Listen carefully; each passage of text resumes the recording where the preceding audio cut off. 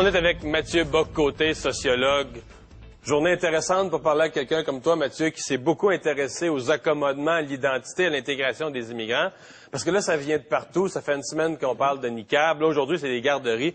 Faisons ce cas-là des garderies, c'est notre question du jour. Est-ce que c'est normal que l'enseignement des religions soit revenu dans les garderies alors qu'on, depuis 40 ans, on parle qu'on l'a enlevé des écoles? Je reprendrai votre formule du début, c'est-à-dire on a chassé la religion des écoles et elle revient par le biais du multiculturalisme. Et qu'est-ce que ça veut dire? Ça veut dire que l'État québécois, dans les faits, aujourd'hui, a intériorisé le multiculturalisme comme idéologie. Parce qu'aujourd'hui, nous n'avons plus besoin de l'État fédéral pour faire la promotion du multiculturalisme. L'État québécois s'en occupe très bien lui-même. Faut voir dans les ministères, faut voir comment cette philosophie-là imprègne désormais la pratique du gouvernement. Puis qu'est-ce que ça veut dire?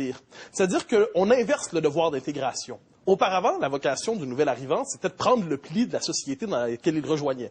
Donc, plus il s'intégrait culturellement, plus il pouvait bénéficier des avantages de la société. Là, on renverse le devoir d'intégration. Désormais, pour mieux intégrer, la société d'accueil doit s'effacer. Donc, la société d'accueil s'efface, la société d'accueil cherche à disparaître de ses propres institutions.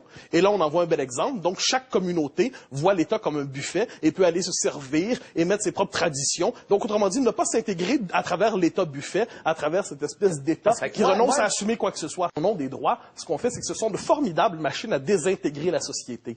Donc, chacun, désormais, peut transformer en droit fondamental sa volonté de ne pas faire les efforts pour s'intégrer. Donc, ne pas s'intégrer est devenu un droit fondamental à faire valoir par des chartes et défendu au nom du sacro-saint. Ne pas s'intégrer est devenu un droit fondamental. Et c'est pourtant ça le résultat de la charte. Moi, c'est la sacralisation, finalement, des origines diverses, des origines multiples, à une condition qu'on oblitère, qu'on occulte, qu'on neutralise celle de la majorité. C'est comme si toute position minoritaire était légitime en toutes circonstances, alors que la tradition majoritaire est par définition suspecte d'intolérance. Et ce qu'on voit à travers ça, finalement, c'est qu'il faut porter le bon fanion pour avoir des droits fondamentaux. Donc, faut être minoritaire.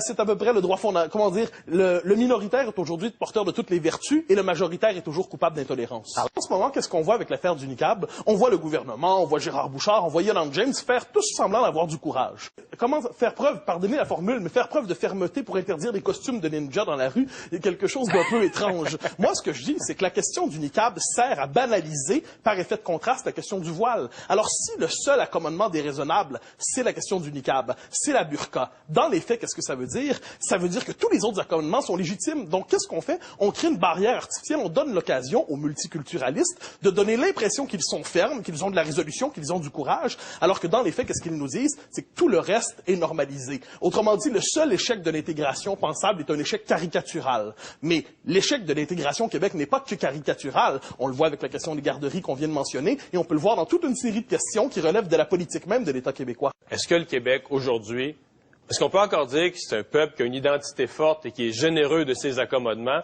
Ou est-ce qu'on est devenu un fourre-tout sans boussole qui essaye de faire plaisir à tout le monde? Moi, je dirais surtout que les Québécois ont une conscience très ferme de leur identité, mais leurs élites, c'est autre chose. Le problème au Québec, c'est pas envers les immigrants qui, normalement, s'intègrent dans une société lorsqu'on leur dit clairement de s'intégrer. Ce sont nos élites qui ont renoncé à assumer la culture parce que nos élites sont désormais persuadées qu'imposer sa propre culture, c'est de la discrimination. Donc, les Québécois, on l'a vu avec la crise des accommodements raisonnables, on dit clairement que pour eux, ils s'attendaient à ce que les immigrants s'intègrent à la culture nationale. Mais leurs élites sont désormais persuadées que le multiculturalisme est un horizon moral. Alors, le véritable problème, c'est pas avec les immigrants. Le véritable problème, c'est pas avec les Québécois, c'est avec les élites québécoises.